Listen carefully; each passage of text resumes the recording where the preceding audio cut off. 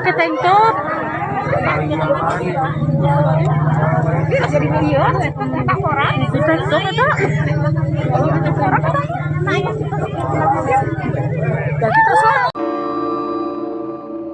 Pada tanggal 4 Februari, Devara Putri 25 tahun, baru selesai main caleg-calegan. Dia adalah anggota calon legislatif dari Partai Garuda. Sehari kemudian, ia kolaborasi dengan pacarnya, Didot Alfiansyah, 24 tahun, untuk main pembunuh-pembunuhan. Target yang akan dijadikan korbannya adalah Indriana, 25 tahun, yang tak lain selingkuhan Didot sendiri. Devara dan Didot sudah lumayan lama pacaran, mereka menjalaninya selama 5 tahun. Tentu banyak suka dan duka dalam kisah romansa yang mereka jalani. Namun, 7 bulan belakangan Didot selingkuh dengan Indriana. Bagaimanapun yang namanya pacaran di usia itu, tentu mereka tahu tentang goyang eskalator, namun yang namanya selingkuh lambat laun akan terungkap. Singkat cerita, Devara pun akhirnya tahu. Didot tampaknya menyesal dan minta balikan. Di lain pihak, Devara juga masih punya rasa cinta yang luar biasa dalam. Akan tetapi hatinya sudah terlanjur sakit banget. Namun pada akhirnya, Devara memberi Didot syarat kalau mau kembali, yaitu Indriana wajib disortir. Dari penduduk bumi, dia tak mau ada saingan yang pernah bermain cinta-cintaan dengan pacarnya. Didot pun setuju.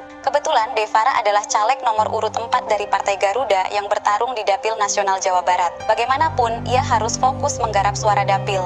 Jadi, soal bunuh-bunuhan nanti dulu deh. Sekarang sedang ada tugas yang lebih wajib dalam serta mendesak. Sebagai caleg Partai Garuda, Devara punya program yang tidak jelek-jelek amat, yaitu program kesehatan gratis dan program pendidikan gratis. Tidak ada informasi lagi tentang program-programnya. Pokoknya begitu. Sehari usai pencoblosan, Devara langsung bertemu dengan Didot untuk membicarakan rencana pembunuhan Indriani. Barangkali ini bisa menjelaskan programnya sebagai caleg. Kalau manusia mati, kan tidak perlu mengeluarkan biaya kesehatan dan pendidikan, dan keuangan negara pun akan terselamatkan. Setelah itu, mereka mempersiapkan rekapan terperinci tentang pembunuhan Indriani yang berlangsung selama 4 hari. Sungguh rekapan ini tak kalah sibuknya dengan rekapan caleg. Untuk memuluskan rencana, mereka menyewa jasa eksekutor atau sang algojo, yaitu Muhammad Reza, 24 tahun. Reza mulanya waras dan ogah mengikuti permainan gila mereka. Namun, dengan upah yang dijanjikan sebesar 50 juta, Reza akhirnya berpikir bahwa itu adalah kesempatannya untuk lepas dari belenggu hutang pribadi. Berhubung saat itu sedang banyak utang, akhirnya dia pun setuju. Namanya juga usaha.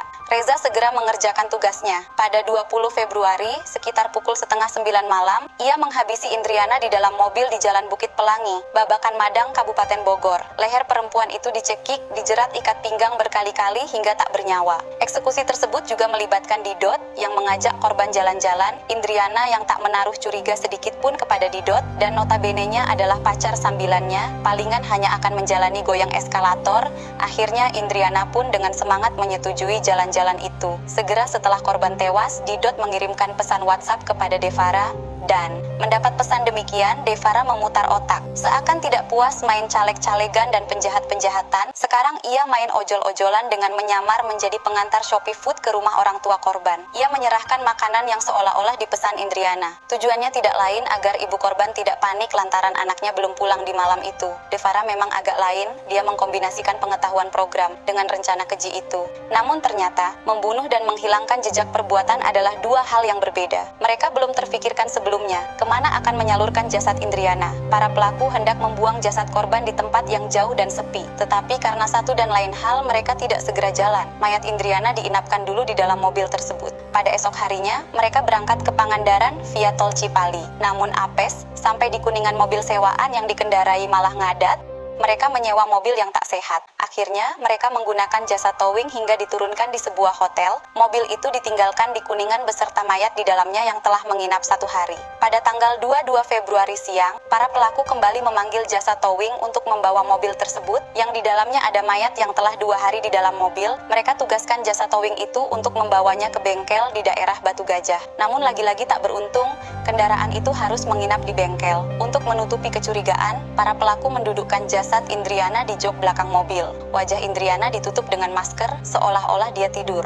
Namun mereka yang berpikir keras bahwa mayat Indriana ini akan memasuki hari keempat, maka mereka harus segera membuang jasad itu sebelum menimbulkan kerusakan yang lebih parah seiring berjalannya waktu. Akhirnya para pelaku memutuskan membuang mayat korban di sebuah jurang yang terletak tidak jauh dari bengkel tersebut pada dini hari ketika sedang sepi dengan dibungkus selimut. Tak hanya itu, Didot juga mengambil barang-barang milik korban. Pada tanggal 25 Februari, seorang pesepeda yang sedang melintas dan ingin menikmati segarnya udara di area tersebut, mencium aroma yang tak semestinya. Karena dia curiga dengan aroma sangat menyengat yang tak sesuai dengan kriteria udara segar itu, dia memutuskan untuk menepi. Penasaran dari mana sumber aroma tersebut, dan dia mengintip di area jurang sekitar. Betapa kagetnya dia menemukan mayat yang terbungkus selimut. Pesepeda itu meneruskan informasi ke sopir angkot, dan sopir angkot melapor ke warga setempat. Tak berselang lama, polisi mendatangi TKP. Polisi mulanya belum bisa memastikan apakah mayat tersebut berjenis kelamin laki-laki atau perempuan. Pada bagian wajah tersebut sudah membusuk sehingga sangat sulit untuk dikenali.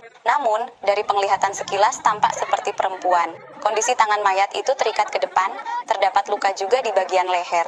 Pada saat ditemukan, mayat terbungkus selimut bergaris warna-warni dan selimut coklat. Tak lama kemudian, jasad tersebut dapat diidentifikasi sebagai Indriana. 1 hari berselang, Didot menguangkan barang-barang milik korban yang dicurinya. Total uang yang terkumpul berjumlah 68 juta. Versi lain menyebut 54 juta. Bisa dibayangkan kalau uang itu dipakai untuk membayar lunas Reza, masih ada selisih 18 juta.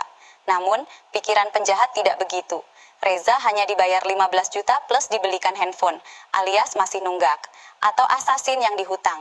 Sisa uang curian kemudian dibagi untuk Didot dan Devara. Beruntung, dalam kasus ini polisi tidak main polisi-polisian. Mereka tidak membiarkan para pelaku bebas berleha-leha. Pada 28 Februari, Didot dan Devara diringkus di kamar kos di wilayah Jakarta Pusat, menyusul Reza yang berhasil dibekuk 5 jam kemudian. Setelah diketahui dan ditetapkan bahwa Devara menjadi otak sebuah kasus pembunuhan yang sukses, Partai Garuda pun langsung memecat Devara secara tak hormat. Atas perbuatan tersebut, para pelaku diancam dengan Pasal 340 KUHP, Pasal 338 KUHP, dan atau Pasal 365 ayat 4 KUHP dengan ancaman maksimal pidana mati. Barangkali Devara bisa lega kini, sebab caleg peraih 226 suara itu tidak perlu khawatir Didot selingkuh lagi. Keduanya bisa menjalani kisah cinta sehidup semati.